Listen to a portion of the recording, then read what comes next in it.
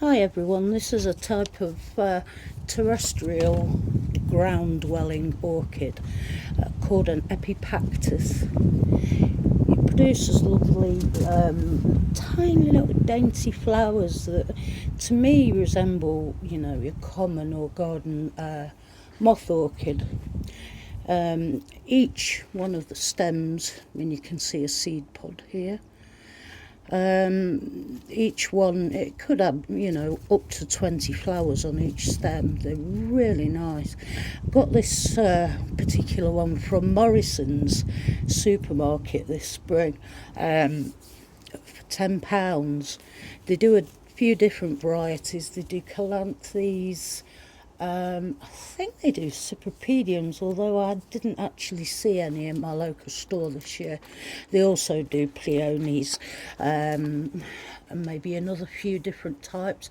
But the great thing about the Epipactis is that it's one of those ones that it's completely hardy in a UK winter, no matter how cold it gets.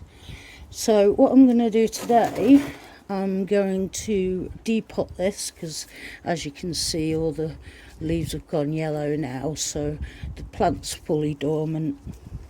So now is the time that you can think about depotting them, splitting the rhizomes, which are like storage organs underneath the soil, repotting them, and seeing how you get on with them. I mean, they've been pretty trouble-free, all of these hardy orchids. All you've got to do is remember they need to be kept evenly moist, because if you let them dry out, they won't like you.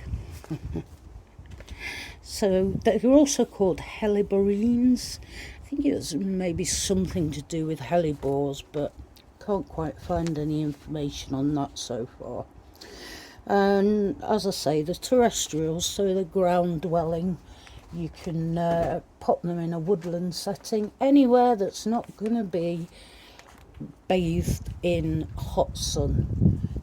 If you've got a deep shade, they'll be ideal in there. They need really moist growing medium. Go on, Ozzy. Clay, chalk, loam, it doesn't really matter as long as the ground doesn't dry out. But you can also put them in pots as well, so I suppose you can move them around anywhere you want if you put them in pots. So even though they really, really like a lot of moisture, don't let them get waterlogged at any time of the year, really, and keep them moist even during winter, because they're not. It's not like some of the other plants that you can say dig up bulbs and leave them in the shed over winter and replant them in spring. They're not like that. They do need even moisture all year round. So you can divide them, or you can.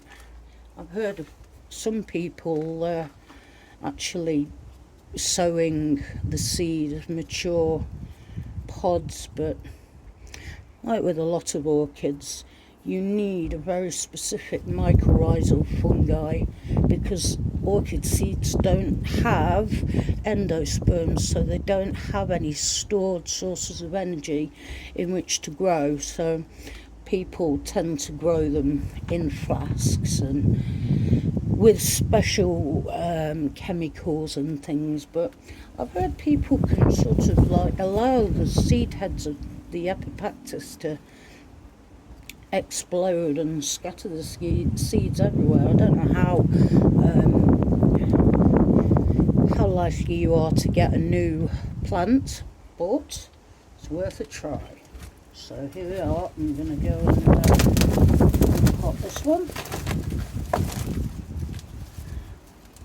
It's worth being gentle with them.